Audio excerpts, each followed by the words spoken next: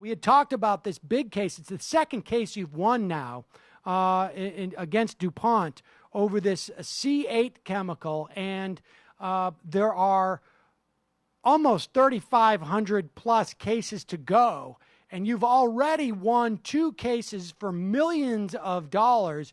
We're talking about cases, if you tally them up, well into the billions of dollars, and yet for DuPont, this could just be cost of doing business. And you outline that dynamic in this fiction book, Law and Disorder.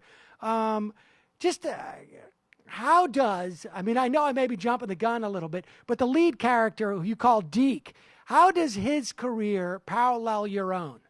Well, what I've done, Sam, is I've borrowed from, I think, some of the best complex trial lawyers in the country, people who, and there's only a handful of us throughout the entire country that try very complex cases against companies like Merck and Johnson & Johnson and DuPont and Dow Chemical.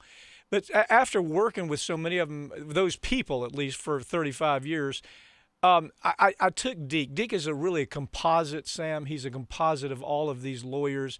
And it's impossible to write a book like this and not borrow a little bit from yourself, the good and the barnacles. And that's what Deke is. Deke is going to appear in a series of books that is Nicholas Dichotomous is the character. And it's in a setting where he's confronting exactly what we do for a living, but it's not told in although Publishers Weekly wrote a very good review of it. They said sometimes when I talk about politics, I become a little preachy, and I think I do. I think the idea is the story has to be told. Some of these political stories have to be told. For example, in this Law and Disorder, we talk about a product called Ranadol, which is a birth prevention pill, and so that's just one of the stories.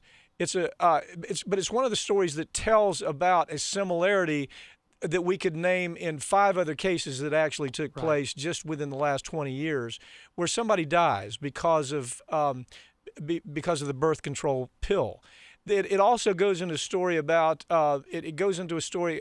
about pollution that's causing exactly the kind of cancer from the case that I just finished up in the Ohio Valley.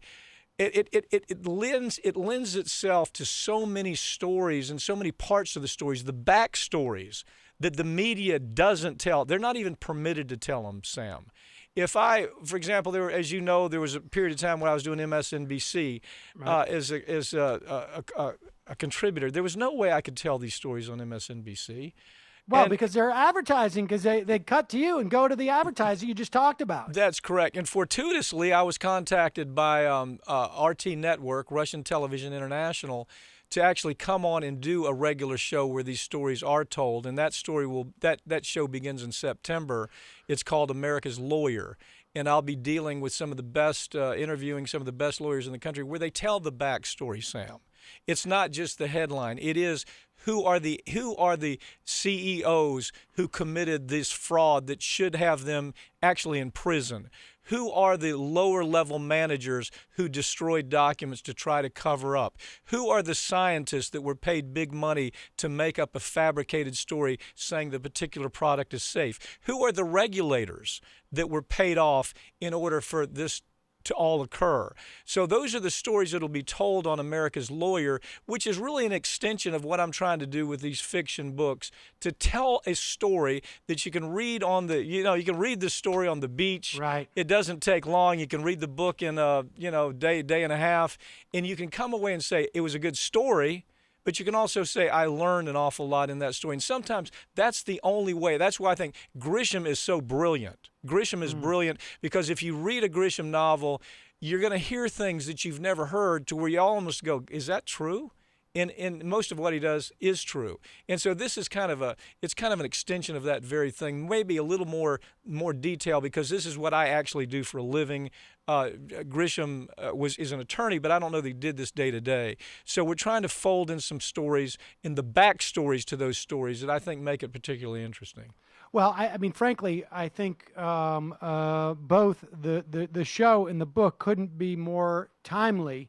Knock on wood, we're going to have a Democratic president appoint the next Supreme Court justice who will sit in place of Antonin Scalia, tilting the court at least nominally to the left. And I think there's a lot of cases that about arbitration and about wage theft and about issues, access to the courts. That can be turned around, That can be turned around, and I think this is a time, and certainly Law and Disorder, which people can find at lawanddisorderbook.com, and your new show, which starts in September, America's Lawyer, are going to be two really important pieces in making Americans genuinely appreciate the role of plaintiffs' attorneys and the need to push back against this corporate mal and misfeasance. And of course, you doing I'm excited because now I know you're out of the heat of the battle. We'll have you back on Ring of Fire. Yeah, a lot please more. do, Sam. I appreciate that. I'll be glad to appear in as much as you want me to and talk about a lot of these things that you and I used to talk about. Right. I just reached a very busy point in my life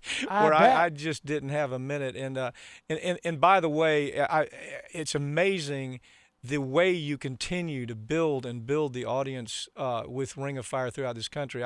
There's not a day that goes by where I'm not reminded by somebody calling me or emailing me and say, caught the show again. Sam is a superstar. And I really appreciate you doing that, continuing the spirit of Ring of Fire.